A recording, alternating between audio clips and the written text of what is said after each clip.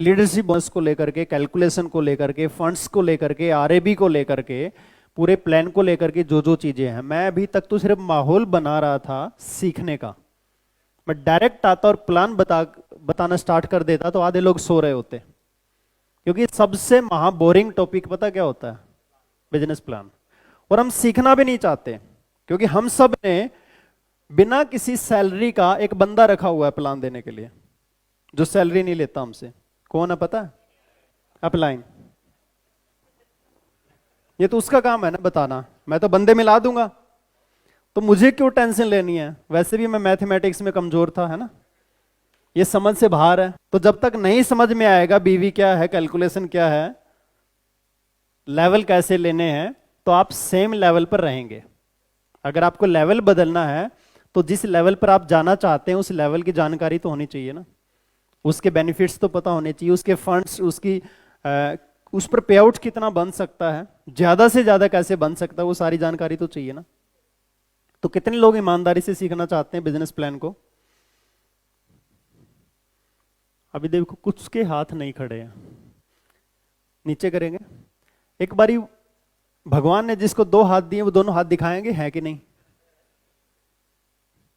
है। बस ठीक है, अब एक बात तो क्लियर हो गई, कोई भी हैंडीकैप्ड तो नहीं बैठा ना, ताकि मैं फालतू में उसको कुछ सुना दूं। तो सबको हाथ है, तो जब पूछा जाए तो उस चीज का जवाब भी देना। तुम चलते हैं नेक्स्ट। एक चीज याद रख लो जो मैंने सीखा, कोई भी चीज यहां मत स्टोर करें। माइंड जितना खाली रहेगा उतना उसके अंदर क्रिएटिविटी पावर आती है। मैं ऑलरेडी, मेरा एक टाइटल लिखा होता है सबकॉन्शियस माइंड ट्रेनर, और लगभग 22 साल से मैंने माइंड के ऊपर ही काम किया है। मेडिटेशन करता हूं मैं डेली। उससे मैंने एक ही चीज सीखा है, माइंड को खाली रखो। इसके अंदर ना कोई टेंशन होनी चाहिए, ना कोई किसी बात का चिंतन चलते रहना चाहिए। इसको जितना खाली रखो, प्रेजेंट में रखो। प्रेजेंट में हम जीते ही नहीं है, हम या तो हम 80% भी छोड़िए, हम 99.9% या तो पास्ट में जीते हैं या फ्यूचर में जीते हैं। प्रेजेंट में हमारा माइंड नहीं रहता, किसी का भी, मेरा भी नहीं रहेगा। लेकिन उसकी प्रैक्टिस जो करेगा उससे उसका आउटपुट बहुत बड़ा आने वाला है। एक बुक मैंने एयरपोर्ट से खरीदी थी, the power of now. The power of now, कि अगर आप प्रेजेंट में हैं तो उसकी ताकत कितनी बढ़ जाती है। एक छोटा सा आप अभ्यास कर सकते हैं, जा करके भी, घर पे भी, हर जगह पे भी। जिस समय पर आप खाना खाते हैं तो उसमें आप कुछ मत सोचिए, सिर्फ खाने का टेस्ट के ऊपर फोकस कीजिए। कभी किया हमने? या तो हम टीवी के सामने, मतलब एक एक चीज का, आपको हल्दी का, मिर्ची का, नमक का, मसालों का, एक एक चीज का टेस्ट आना चाहिए।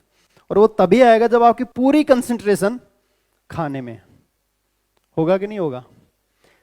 जिसका जो बिजनेस होता है ना, उसका फोकस वहीं जाएगा। अगर कोई जूती बनाने वाला है, उसके सामने से जो भी निकलेगा उसकी हर एक जूतों पे नजर होगी, होगी कि नहीं होगी? सैलून वाले आपका हेयर स्टाइल देखेंगे, कपड़े की दुकान वाला आपके कपड़ों को देखेगा, क्योंकि वो जीता उसी लाइफ में है। सेम इसी तरीके से हम लोग जो कर रहे हैं उसके अंदर फुल फोकस हो जाए तो बहुत कुछ सीख सकते हैं। अगर आप कोई ट्रेनिंग सुन रहे हैं और उस ट्रेनिंग पे फुल फोकस्ड होकर के सुनते हैं तो आपके अंदर वो चीज गहरी उतरती है, अदरवाइज हवा में रहती है। तो कोई भी चीज को अगर माइंड में स्टोर नहीं करना तो कहां स्टोर करें? तो आप नोटबुक में नोट कीजिए। मैं तो अपना मोबाइल के अंदर ही नोटबुक बना के रखता हूं, जिसमें मैं सारे पॉइंट्स लिखता रहता हूं, क्योंकि डायरी कभी कभी इधर उधर हो जाती है। या आप डायरी में लिख के उसके आप फोटो लेकर के गैलरी में स्टोर करें। एक व्हाट्सएप ग्रुप बना सकते हैं ट्रेनिंग्स के नाम से, उसमें सारी कलेक्शन आप रख सकते हैं, ताकि जब भी आपको कोई ट्रेनिंग देनी है, क्योंकि you are already trainer, training तो देनी होगी टीम में, तो मौके पर अगर आपको माइक मिल जाए तो बिना किसी झिझक के आप किसी भी मुद्दे पर बात कर सकते हैं। आप 5 मिनट फटाफट ये देख सकते हैं कौन कौन से पॉइंट पे मुझे बात करनी है। आपको सारा याद आ जाएगा, आपको पूरा रीड नहीं करना पड़ेगा, सिर्फ हिंट लिखने होते हैं। जैसे सिर्फ इतना लिख लेते आज की ट्रेनिंग्स में, जैसे आप लोग रिपीट नहीं कर पाए। लिखने वाला सिर्फ क्या लिखता? 4 पार्ट्स, इमोशन, मोटिवेशन, एजुकेशन और कैलकुलेशन। इस 4 पे आप भी उतनी देर बोल सकते थे, लेकिन हिंट तो होना चाहिए ना। तो ऐसे आप की नोट्स जरूर बनाएं, की नोट्स आपके पास होने चाहिए ट्रेनिंग्स के अंदर में। तो माइंड में नहीं, नोटबुक पे काम करें। इंडस्ट्री, आज के टाइम में किसी अनजान व्यक्ति को जब आप बिजनेस बताने जाते हैं और कोई आपसे पूछता आप क्या काम करते हैं, तो कुछ लोग गलत वर्ड यूज करते हैं। मैं भी थोड़ा फास्ट लूंगा, ठीक है, इसलिए आपको थोड़ा ज्यादा एकाग्र होना पड़ेगा। हम ज्यादातर वर्ड यूज करते हैं एमएलएम इंडस्ट्री। एक तो आज से एमएलएम वर्ड यूज करना बंद कर दीजिए। एमएलएम के नाम लोगों के कान में जाते ही फ्रॉड कंपनीज दिमाग में आती हैं, जो मनी सर्कुलेशन है, जो बाइनरी कॉन्सेप्ट वाली हैं, जो पैसा डबल ट्रिपल करने वाली हैं। आपको एक प्रॉपर वर्ड यूज करना है, या तो डायरेक्ट सेलिंग और या फिर network marketing. MLM word use नहीं करना। दूसरा, आपके पास डायरी में डायरेक्ट सेलिंग इंडस्ट्री के बेनिफिट्स होने चाहिए। कोई पूछे कि डायरेक्ट सेलिंग इंडस्ट्री क्या है, इसके क्या फायदे हैं, आप में से कोई बताएगा फटाफट स्पीडली क्या क्या फायदे हैं? जैसे मैंने अभी बताया था, फाइनेंशियल फ्रीडम, टाइम फ्रीडम, ठीक है, पैसिव इनकम, और फटाफट जल्दी जल्दी कोई कोई पॉइंट। पर्सनालिटी डेवलपमेंट, जो किसी इंडस्ट्री में नहीं होता। सपनों की आजादी, मान सम्मान, इज्जत, दुआएं इकट्ठी करने का बिजनेस, घूमना फिरना, लग्जरी लाइफ, टेंशन फ्री। एक बार 5 साल पूरी टेंशन ले लो और उसके बाद 50 साल तक या 5000 साल तक टेंशन लेने की आपको जरूरत नहीं है। नो इन्वेस्टमेंट, लेकिन इन्वेस्टमेंट तो करनी पड़ती है, वो समझना जरूरी है कि किस टाइप की इन्वेस्टमेंट चाहिए। माइंड पे इन्वेस्टमेंट करनी होती है, सिर्फ माइंड पे, दुकान पे नहीं, माइंड पे इन्वेस्टमेंट चाहिए। और कोई? खुद का बिजनेस, सिक्योरिटी। तो ये पॉइंट्स जो हमने बताए, ऐसे आपके पास 50, 60, 70, 80, 90, 100 पॉइंट लिखे होने चाहिए, ताकि आप फटाफट ये चीजें आपके दिमाग में है तो आप किसी को समझा पाओ। ऐसे व्यक्ति को जो इस इंडस्ट्री को ही नहीं जानता। कई लोग कहते हैं मेरी तो अच्छी जॉब है, मैं क्यों करूं? तो बता सकते हैं कि आपकी एक्टिव इनकम है, लॉकडाउन में ये इनकम बंद हो गई थी, ये पैसिव इनकम है, तो ये आपको नॉलेज होनी चाहिए। दूसरा, कंपनी के बारे में। कंपनीज बहुत सारी हैं, सक्सेसफुली काम कर रही हैं। आप ये नहीं कह सकते आईएमसी सबसे बेस्ट कंपनी है और तो सब फर्जी हैं, बिल्कुल नहीं बोल सकते आप। कभी भी अपनी कंपनी की इतनी भी तारीफ मत करो कि दूसरा समझे कि मक्खन लगा रहा है या फालतू बेकार बोल रहा है। लोग ना एजुकेटेड हैं, पढ़े लिखे हैं, वो फैक्ट को सुनना चाहते हैं, वो फालतू की ये नहीं कि मैं उस कंपनी में हूं तो उसको चांद पे चढ़ा दूं। समझ रहे हो? इसीलिए लोग फिर बाद में बोल भी देते हैं ये तो ब्लाइंड फेथ वाले लोग हैं, ये अंधविश्वासी लोग हैं। क्योंकि वो अगर आपसे एक सवाल पूछ ले, चलो आप प्रूफ करो why IMC is better than other company, आपके पास पॉइंट ही नहीं है। नहीं नहीं नहीं, मैं आईएमसी में काम करता हूं ना तो ये सबसे बेस्ट कंपनी है। लेकिन अगर फैक्ट पे आ जाएं तो आपके पास क्या प्रूफ है? यही कारण है, इतनी अच्छी कंपनी होते हुए, इतने अच्छे प्रोडक्ट होते हुए, हम सब मानते हैं हमारे प्रोडक्ट्स के रिजल्ट्स अच्छे हैं बाकी कंपनी से, ठीक है, प्लान हमारा बेहतरीन है, सब कुछ बढ़िया है, उसके बावजूद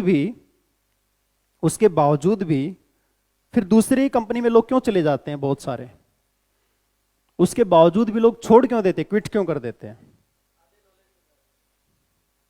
क्योंकि दूसरी कंपनी वाला व्यक्ति आता है, प्रॉपर जानकारी देता है, प्रॉपर जानकारी देता है प्लान की, फील्ड की, प्रोडक्ट की, मेन तो प्लान होता है उसमें, और वो उसको समझा करके, देखो आपकी कंपनी में मात्र इतना बढ़ता, मेरी कंपनी में इतना बढ़ता है।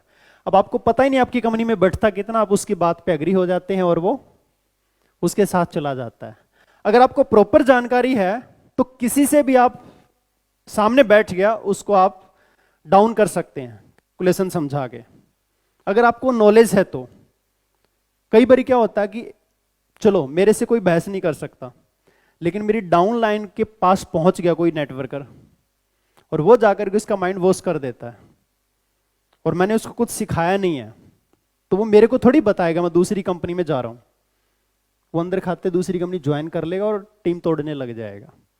तो हमारा ये अधिकार है, फर्ज है, कर्तव्य है, क्या मुझे जितनी जानकारी है उतनी मेरे फ्रंट लाइन को है। एक टीम, एक व्यक्ति को तो इतनी जानकारी होनी चाहिए ना, जो आपके जितना जानकार हो। जिसको जानकारी होगी उसको कोई हिला नहीं सकता, क्योंकि किसी भी कंपनी का कोई इतना बड़ा रोल नहीं है कामयाबी में। किसका रोल है पता? खुद का। कामयाब होने के लिए आपका जितना रोल है इतना, मैंने एक फेसबुक पे क्वेश्चन मार्क डाला था, लोग लोगों से जुड़ते हैं या लोग प्रोडक्ट से जुड़ते हैं? और उसके कमेंट्स पढ़ना आप। 99% लोगों ने कहा लोगों से जुड़ते हैं। क्यों लिखा? किसी ने ये नहीं लिखा कंपनी से जुड़ते हैं, किसी ने ये नहीं कहा प्रोडक्ट्स अच्छे हों तो लोग जुड़ते हैं। बिल्कुल गलत बात है। लोग आपसे जुड़ते हैं, क्योंकि उस अनजान व्यक्ति को क्या पता कि आईएमसी का प्रोडक्ट अच्छा है कि दूसरी कंपनी का प्रोडक्ट अच्छा है। वो तो आप बोल रहे हैं ना, क्योंकि आप आईएमसी करते हैं। अगर कोई दूसरी कंपनी का जाएगा, वो अपनी कंपनी का अच्छा प्रोडक्ट बता के आ जाएगा, वो किसके साथ जुड़ेगा? वो उसके साथ जुड़ेगा, दोनों व्यक्ति को वो जज करेगा। मुझे किसके साथ जुड़ना है? कंपनी नहीं, उस व्यक्ति को जज करेगा, उसकी पर्सनैलिटी को जज करेगा, उसके व्यक्तिगत उसके व्यवहार को जज करेगा, उसकी नॉलेज को जज करेगा, उसके कॉन्फिडेंस को जज करेगा, उसकी चाल को जज करेगा, उसकी अचीवमेंट को जज करेगा। कुल मिलाकर के उस व्यक्ति को देख करके वो जुड़ता है, ना कि कंपनी को। कंपनी और ये तो सब बाद में आते हैं। लोग पहले हमसे जुड़ते हैं, सेकेंडरी आता है कंपनी, कंपनी की प्रोफाइल, प्रोडक्ट प्लान, ये सब सेकेंडरी है। तो पहले अपने अंदर इतना कॉन्फिडेंस होना चाहिए। हम लोग टीडी आउटलेट खुलवाते हैं और सारा सिरदर्दी, तू आउटलेट के पैसे तो लगा, माल तो मैं बेच दूंगा, तू टीडी तो खोल, सारी जिम्मेवारी मेरी है, मैं सारे एसोसिएट तेरे पास ही भेज दूंगा। मतलब एक बारी वो फंस जाए जैसे तैसे से आम दाम दंड भेद करके।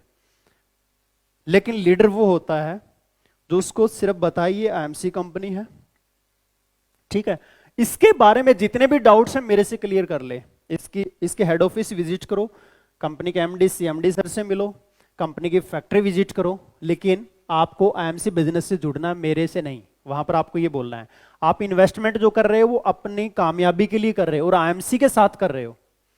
कल को मैं इस चीज में जिम्मेवार नहीं हूं, मैं आपकी हेल्प करूंगा, आपकी सपोर्ट करूंगा, आपको गाइडलाइन दूंगा पूरी, लेकिन प्रोडक्ट को सेल करना, प्रोडक्ट को आगे चलाना, ये सब आपका काम है। उसके बाद आप फ्री हैं, आपके ऊपर कोई उंगली नहीं उठा सकता।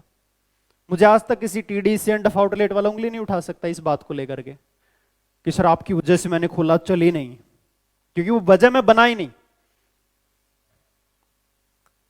डायरेक्ट सेलिंग में कभी भी लायबिलिटीज मत लीजिए। इवन कि आप किसी को ज्वाइन कराते हैं, उसको भी मैं तेरे को चेयरमैन बना दूंगा, ये भी हम गलत बोल रहे हैं।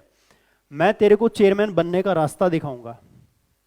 ताली दो हाथ से बजती है, एक हाथ से कभी बजती है क्या?